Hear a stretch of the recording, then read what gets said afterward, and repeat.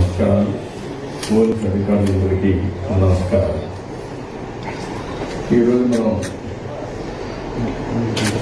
ఒక ఎస్పీ ఆఫీస్ని తిరుపతి జిల్లాకి మనం ఈరోజు ఓపెన్ చేసుకుంటున్నాం. చాలా సంతోషం.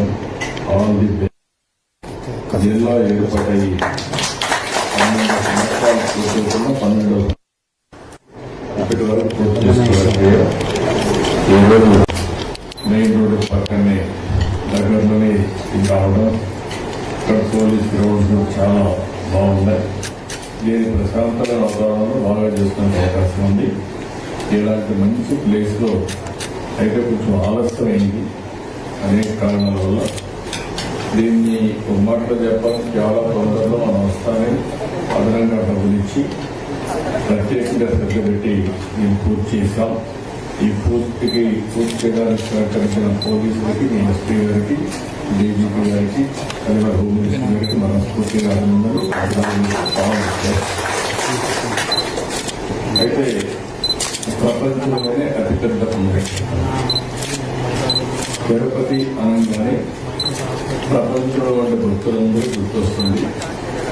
జీవితాశ్రయం ప్రతి ఒక్కరు కూడా కలియుగ వైకుంఠ దైవం వెంకటేశ్వర స్వామిని చూడాలని కోరుకుంటూ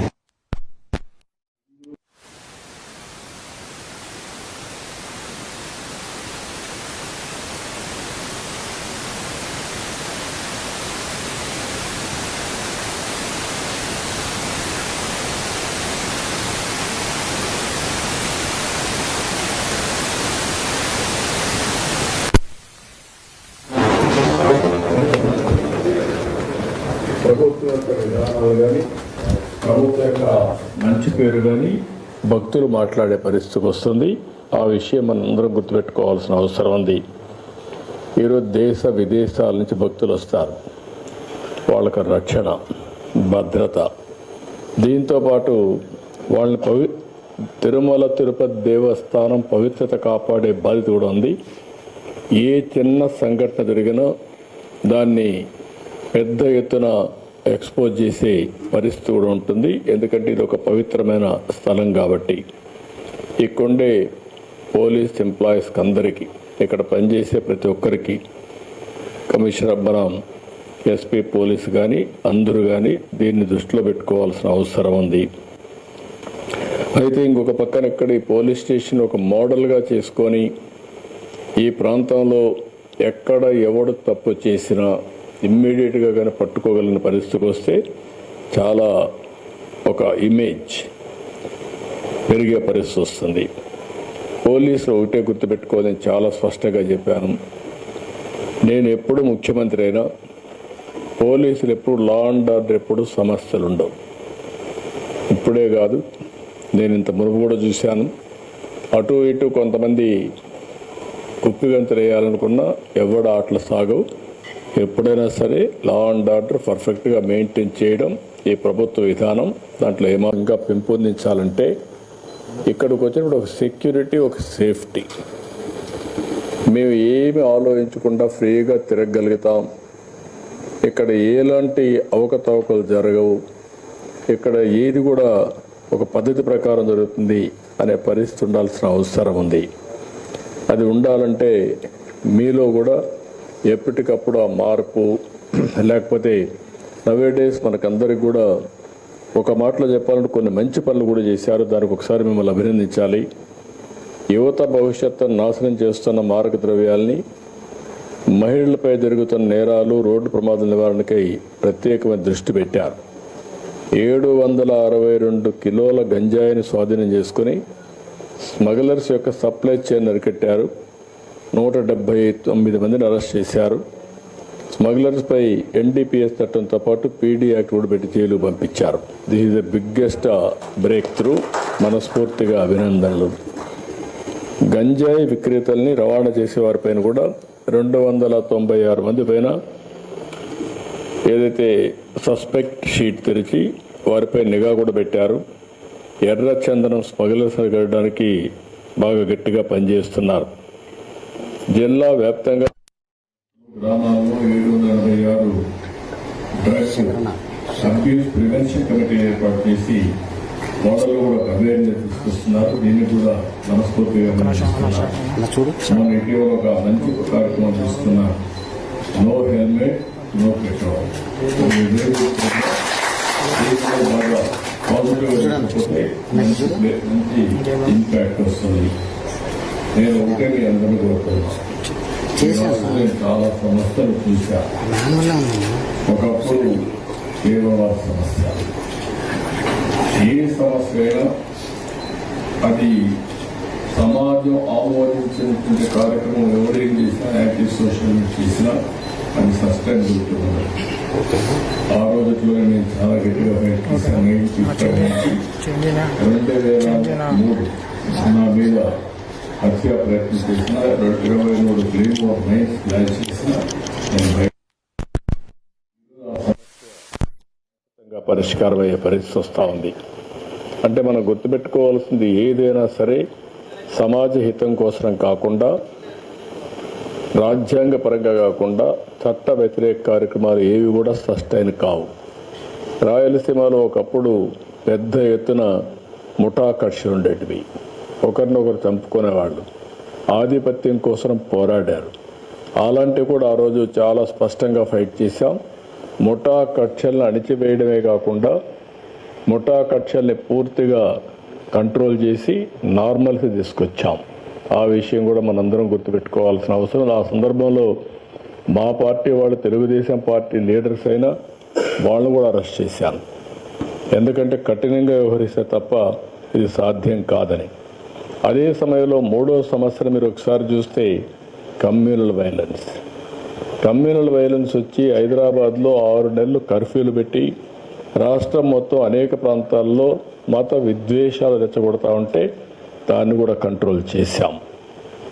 అయితే ఈరోజు ఇంకొక పక్కన మీరు చూస్తే రౌడీయిజం నేను ఒక మాటే చెప్పాను. ఎవరైనా సరే రౌడీగా ఉండాలనుకుంటే మాత్రం ఈ రాష్ట్రంలో మీకు ప్లేస్ లేదు. అవసరమైతే రాష్ట్ర బహిష్కరణ చేశాం, కొంతమందిని గట్టిగా కఠినంగా యాక్ట్ చేశాం. దాంతో రౌడీలు అనే వాళ్ళు కూడా ఎక్కడా లేకుండా పోయే పరిస్థితులు. ఒకప్పుడైతే గల్లీకి ఒక రౌడీ, వీధికి ఒక రౌడీ కూడా తయారై పెద్ద ఎత్తున సెటిల్మెంట్ వీళ్ళే, భూ కబ్జాలు వీళ్ళే, ఊర్లో పెత్తనం వీళ్ళే, వీళ్ళు ఇష్ట ప్రకారం చేస్తే అవన్నీ కంట్రోల్ చేశాం. కానీ 1924 లా అండ్ ఆర్డర్ విచ్చలవిడిగా భ్రష్టు పట్టించారు. ఇంకొక పక్కన అనేక సమస్యలు వచ్చాయి. తిరుమల తిరుపతి దేవస్థానం అపవిత్రం చేసే పరిస్థితికి వచ్చారు. భక్తుల మనోభావాలు దెబ్బతినే పరిస్థితికి వచ్చాయి. ఇంకొక పక్క ఒకప్పుడు తిరుపతిలో నేను చూశాను. నేను ఒకప్పుడే తిరుపతిలో కూడా లా అండ్ ఆర్డర్ లేకపోతే పోరాడాం. చిత్తూరు జిల్లాలో లా అండ్ ఆర్డర్ లేకపోతే గట్టిగా ఫైట్ చేసి మళ్ళా లా అండ్ ఆర్డర్ రెస్టోర్ చేసే పరిస్థితికి వచ్చాం. ఎప్పుడు కూడా నేను అధికారంలో ఉన్నా, అపోజిషన్లో ఉన్నా లా అండ్ ఆర్డర్ చేతికి తీసుకోవడం కానీ యాంటీ సోషల్ ఎలిమెంట్స్ని ప్రోత్సహించడం ఎప్పుడూ జరగలేదు. నేను ఎప్పుడో ఒక మాట చెప్పేవాడిని, ఎవడైనా సరే హత్యలు చేసేవాళ్ళు తప్పకుండా వీళ్ళు కూడా పోస్ట్ మార్టం తప్ప వేరే ఉండదు. ఆ విషయం వీళ్ళు గుర్తుపెట్టుకోవాలని. ఎందుకంటే నేను లా అండ్ ఆర్డర్ మీద ఒక ప్రశాంతంగా ఉండాలి, శాంతి భద్రతలు పరిరక్షించాలి. అప్పుడే సమాజంలో ఒక శాంతి ఉంటుంది, ఒక భద్రత ఉంటుంది. భద్రత ఉంటేనే పెట్టుబడులు వస్తాయి. భద్రత ఉంటే అందరూ కూడా హ్యాపీగా ఇంట్లో పడుకుంటారు. లేకపోతే ఈ సమస్యలు వస్తాయని ఎప్పుడూ కంట్రోల్ చేస్తూ వచ్చాం. దానివల్ల చాలా వరకు కంట్రోల్ అయింది. ఈ 5 సంవత్సరాలు చేసినటువంటి ఇష్టానుసారంగా కార్యక్రమాలు ఇంకా అందరిలో డిస్టర్బెన్స్ ఉంది. ప్రజల్లో డిస్టర్బెన్స్ ఉంది, పార్టీల్లో డిస్టర్బెన్స్ ఉంది. ఇంకా చేసిన వాళ్ళు కూడా ఇంకా చెల్లుబాటు అవుతాయి, ఇదే రౌడీజం చేస్తామని కూడా ఆలోచిస్తున్నారు. అది కూడా మనం ఒకసారి గుర్తుపెట్టుకోవాల్సిన అవసరం ఉంది. నేను ఒకటే ప్రతి ఒక్కరికి విజ్ఞప్తి చేస్తున్నా, ప్రజాస్వామ్యం లిమిటేషన్లో పనిచేస్తే ఎవరన్నా వాళ్ళ విధానాలు చెప్పాలని చెప్పుకోవచ్చు, కానీ విధానాల పేరుతో రౌడీజం చేస్తాం, ఇష్టానుసారంగా లా అండ్ ఆర్డర్ మా చేతికి తీసుకుంటాం, మీరు ఏం చేస్తారంటే మాత్రం ఎట్టి పరిస్థితులు ఉపేక్షించాం. అది ప్రజాస్వామ్య విలువలు కాదు. ఆ విషయం గుర్తుపెట్టుకోవాల్సిన అవసరం ఉంది. లా అండ్ ఆర్డర్లో మనం ఒకసారి చూస్తే రోడ్స్ అని బ్లాక్ చేయడం, ఎక్కడికెక్కడ స్తంభింపజేయడం, లేకుంటే ఈ మధ్య మనం చూస్తున్న రఫా ఏంటో నాకు అర్థం కాలేదు. రఫాలు ఆడిస్తానని ఇంకొక పక్క నేను చూస్తున్నాను కొన్ని దిక్కల్లో ఒక పోస్టర్ పెట్టి ఆ పోస్టర్లో జన్మదినం జరుపుకోవచ్చు, మనసుల్లో ఉండి రావాలి, జరుపుకుంటే నాకేం అబ్జెక్షన్ లేదు. అదే సమయంలో ఆ ఫ్లెక్సీ దగ్గర నిషేధమైనటువంటి జంతు బలి చేసి ఆ జంతువును పైకి తీసి బ్లడ్ చల్లడం అంటే సమాజాన్ని భయభ్రాంతులు చేయాలనుకుంటున్నారు. ఆ రోజు కూడా మీరు పోలీసు వ్యవస్థ గుర్తుపెట్టుకోవాల్సింది, ఏదైతే వివేకానంద రెడ్డి గారిని చంపినప్పుడు బయట ప్రపంచాన్ని నమ్మించారు హార్ట్ అటాక్ అని. అందరూ నమ్మాం. నమ్మితే 2 రోజులకు నెక్స్ట్ ఈవినింగ్ నెక్స్ట్ మార్నింగ్కి రివర్స్ చేశారు. అంటే ఒక నేరస్తులు నేరాలు చేసి ఆ నేరాలు వేరే వాళ్ళపై నేయడమే కాకుండా ఓసారి దానికి ఎల్బీ కూడా క్రియేట్ చేసుకుంటారు. వీళ్ళు నేరాలు చేస్తారు, అప్పుడు ఎక్కడో ఒక విఐపి దగ్గర ఉంటాడు. అంటే నేరం జరిగినప్పుడు వీటి మీద కేసు పెట్టనీయకుండా చేసే తప్పుడు పనులు ఇవన్నీ. అవన్నీ వాళ్ళు ఎన్ని చేసినా మీరు ఒక్కటే గుర్తుపెట్టుకోవాలి, దొంగతనం చేసేవాడు కానీ, నేరాలు చేసేవాడు కానీ, ఘోరాలు చేసేవాడు కానీ ఎవిడెన్స్ లేకుండా తప్పించుకోలేడు. వాడు మనకంటే ఇంటెలిజెంట్ అయితే వాడు చేసి తప్పించుకుంటాడు. వాడికంటే మనం ఇంటెలిజెంట్ అయితే అక్కడనే పట్టుకొని ఇనిషియల్ స్టేజ్లోనే అరికట్టే పరిస్థితి వస్తుంది. ఇది నేను ఇప్పుడు చెప్పడం కాదు, పోలీసులకి డీజీపీ గారు కూడా చాలాసార్లు మాట్లాడుతున్నాం. ఆ విషయం మనం ఇటీవల కాలంలో 3-4 ఇన్సిడెంట్లు జరిగాయి. బంగారుపల్లిలో ఒక ఇన్సిడెంట్ జరిగింది. గుంటూరులో వాళ్ళ వెహికల్ కింద ఒక అతన్ని వేసి తొక్కించేసి వారుగా వారేసిపోతే తర్వాత అంబులెన్స్లో వీళ్ళు తీసుకుపోయి ప్రాణం కాపాడలేకపోతే మళ్ళీ వాళ్ళ బంధువులు పిలిపించి పోలీసులే అంబులెన్స్లో పెట్టి అంబులెన్స్ చంపేశారని చెప్పి నేరం మన మీద వేసే పరిస్థితికి వచ్చారు. ఇలాంటి ఆటలు సాగనీయం, ఫర్మ్గా ఉంటాం. నేను ఒకటే చెప్తున్నా, ఎవరైనా సరే వాళ్ళ పని వాళ్ళు చేయనండి, నాకే అబ్జెక్షన్ లేదు. వాళ్ళ పని కాకుండా ఇష్టానుసారంగా చేసి ఈ ప్రభుత్వం అసమర్థత చేతగాదు అని బ్లేమ్ చేస్తే మాత్రం ఎవరిని వదిలిపెట్టే పరిస్థితి లేదు. పోలీసులు డ్యూటీ పోలీసులు చేస్తారు. ఎవరైనా సరే ఒక పద్ధతి ప్రకారం ఉండాల్సిన అవసరం ఉందని చెప్పి కూడా మరొక్కసారి పోలీసులందరికీ విజ్ఞప్తి, రాష్ట్రం మొత్తం పోలీసు వ్యవస్థకే విజ్ఞప్తి చేస్తున్నాను. ఇటీవల నేను చూసినప్పుడు కొన్ని అయితే అతి నీచంగా దారుణంగా బిహేవ్ చేయడం, సోషల్ మీడియాలో ఇంకా కూడా అసభ్యంగా పెట్టడం, క్యారెక్టర్ అసాసినేషన్ చేయడం. నేను ఒకే మాట చెప్పాను, ఎన్డీఏ పార్ట్నర్స్ ఎవరు కూడా పెట్టాం. నేను ఎవరన్నా ఎన్డీఏ పార్ట్నర్స్ కూడా నాకు అది ఆమోదయోగ్యం కాదు. ఏదైనా సరే సోషల్ మీడియాలో పెట్టడం, లేకుంటే రౌడీజం చేయడం, లేకుంటే హత్యలు చేయడం ఎవరిని నేను యాక్సెప్ట్ చేయను. అదే సమయంలో తప్పు చేసిన వాడు మాత్రం తప్పించుకోలేడు. ఈ విషయం కూడా వీళ్ళు గుర్తుపెట్టుకోవాల్సిన అవసరం ఉంది. అదే మరి general law and order maintain చేయడం పెద్ద కష్టం కాదు. మనకు మెర్సిలెస్గా ఉంటాం. రాజకీయ ముసుగులో ఉండి నేరాలు చేస్తే మాత్రం అది ఎట్టి పరిస్థితుల్లో యాక్సెప్ట్ చేయమని చెప్పి కూడా నేను మీకు తెలియజేస్తున్నా. ఈ విషయంలో పోలీస్ వ్యవస్థ గట్టిగా ఉండాలి, మెసేజ్ కరెక్ట్గా ఉండాలి. అదే మరి నేరం జరిగిన తర్వాత మనం వ్యవహరించే తీరు చాలా ఇంపార్టెంట్. ఒక 4-5 కేసుల్లో గట్టిగా ఉన్నాము అనే పరిస్థితి వస్తే రాష్ట్రం మొత్తం సెట్ అవుతారు. ఒకప్పుడు దేవాలయాలపైన దాడులు, ఎక్కడికక్కడ గందరగోళం, దొంగతనాలు ఇవన్నీ పోయినాయి. ఎవడన్నా చేస్తే ఇమ్మీడియట్గా పట్టుకోగలుగుతున్నాం. దానిపైన మనం గట్టిగా యాక్షన్ కూడా తీసుకునే పరిస్థితికి వచ్చాం. ఇప్పుడు వైకుంఠ ఏకాదశి పర్వదినం ఇంకా 10 రోజులు ఉంటుంది. హెవీ క్రౌడ్స్ కూడా ఉంటాయి. దీనిపైన మీరందరూ అప్రమత్తంగా ఉండాలి. పోలీసు వ్యవస్థ అప్రమత్తంగా ఉండాలి. టీటీడీ కూడా ఇన్స్ట్రక్షన్ ఇస్తున్నాం. 0 టాలరెన్స్. ఎక్కడ చిన్న ఇన్సిడెంట్ జరగడానికి వీలు లేదు. ఏ ఇన్సిడెంట్ జరిగినా చాలా ఫర్మ్గా కూడా ఉంటాం. అందరూ కూడా అప్రమత్తంగా ఉండాల్సిన అవసరం ఉంది.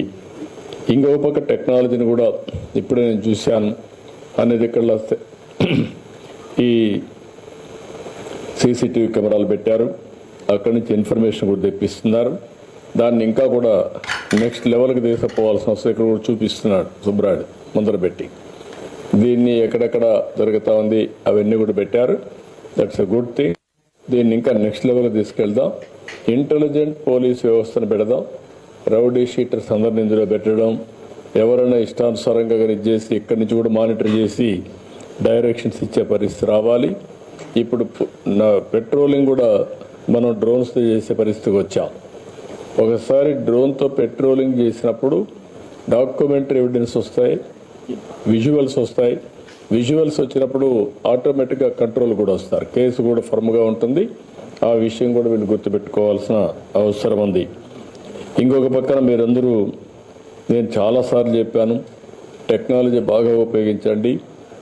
ఇన్విజిబుల్ పోలీస్ ఉండాలి, విజిబుల్ పోలీసింగ్ ఉండాలి. That is the direction I'm giving. ఎవడు తప్పు చేసినా తప్పించుకోలేమని భయం ఉంటే అందరూ కూడా కంట్రోల్లోకి వస్తారు. అల్టిమేట్గా తిరుపతిని నేరాలు లేని సిటీగా, ఒక ప్రశాంతమైన సిటీగా, ఆయన ఎంత గొప్ప నాయకుడైనా వాళ్ళ ఇంట్లో గొప్ప నాయకుడిగా ఉండమని, కానీ బజార్లోకి వస్తే మాత్రం చట్టపరంగా ఆయన కూడా బాధ్యత కలిగిన పౌరుడే. నోరు బారేసుకోవడం, ఇష్టానుసారంగా చేయడం ఇవి చేస్తే మాత్రం గవర్నమెంట్ కూడా గట్టిగానే ఉంటాం, చట్టపరంగా గట్టిగా ఉంటాం. వాళ్ళ పని వాళ్ళు చేయమనండి, మనకేం అబ్జెక్షన్ లేదు. కానీ గట్టిగా రౌడీజం చేస్తే పెద్ద నాయకులు అయిపోతారంటే కరెక్ట్ కాదు. ఇది గుర్తుపెట్టుకోవాల్సిన కోరుతుంది. నేను ఇక్కడే పుట్టా, ఇక్కడే పెరిగా. నాకు ఈ ప్రాంతంలో ప్రతి ఒక్క వీధి తెలుసు, ప్రతి ఒక్క సందు తెలుసు, ప్రతి ఒక్క ప్రాంతం తెలుసు, ప్రజల మనోభావాలు తెలుసు. కాబట్టి ఎలాంటి జరగకుండా చూసే బాధ్యత మీదని చెప్పి తెలియజేసుకుంటూ, మీరు చేసే ప్రతి ఒక్క పనికి, మంచి పనికి ప్రభుత్వం తరఫున పూర్తిగా సహకారం ఉంటుంది. అన్ని విధాలు అండగా ఉంటాం. ఇది ఫ్యూచర్ సిటీ. ఎందుకు ఫ్యూచర్ సిటీ అంటున్నానంటే, తిరుపతి, ఇప్పుడు విశాఖపట్నం ఆల్ ఐటీ కంపెనీస్ అన్నీ వచ్చాయి. అమరావతి రాజధాని, అదే తిరుపతి వెంకటేశ్వర స్వామి ఉన్న స్థలం ఇది. కలియుగ దేవుడు అనగానే మనకు వెంకటేశ్వర స్వామి గుర్తొస్తారు. ఆ మహిమ ఇక్కడ ఉంది. ఎవరైనా తప్పు చేస్తే ఆటోమేటిక్గా దేవుడే పనిష్ చేస్తున్నాడు. ఇంకొక జన్మలో కాదు, ఈ జన్మలోనే పనిష్ చేస్తున్నాడు. I have seen, I'm witnessing. కాబట్టి దీన్ని ఎంత పవిత్రంగా మీరు తీసుకుపోగలిగితే అన్ని మంచి ఫలితాలు వస్తాయి. దయచేసి ఆ యాంగిల్లో దీన్ని ముందుకు తీసుకుపోవాల్సిందిగా మరొక్కసారి కోరుకుంటూ, అందరికీ మనస్ఫూర్తిగా అభినందనలు. All the best. ఎవరైతే ఈ ప్రాజెక్టు పూర్తి చేయడానికి అన్ని విధాలా సహకరించారో, శ్రీ సిటీ దాతలు కూడా సహకరించారు, వాళ్ళకు కూడా అభినందనలు, ధన్యవాదాలు. మిగిలిన అధికారులు ఎవరైతే బాగా పనిచేశారో వాళ్ళందరికీ మనస్ఫూర్తిగా అభినందనలు. నేను చాలా బిల్డింగ్స్ చూశాను, చాలా పోలీస్ స్టేషన్లు చూశాను, చాలా ప్రిమిసెస్ చూశాను. ఇది one of the best premises. ఎటు చూసినా ఒక ఆహ్లాదకరమైన వాతావరణం. ఇప్పుడే కలెక్టర్ గారు వీళ్ళంతా అర్బన్ డెవలప్మెంట్కి చెప్పి మధ్యలో గార్డెన్స్ కూడా చెట్లన్నీ పెట్టించి అన్ని ఫౌంటైన్స్ పెట్టి బాగా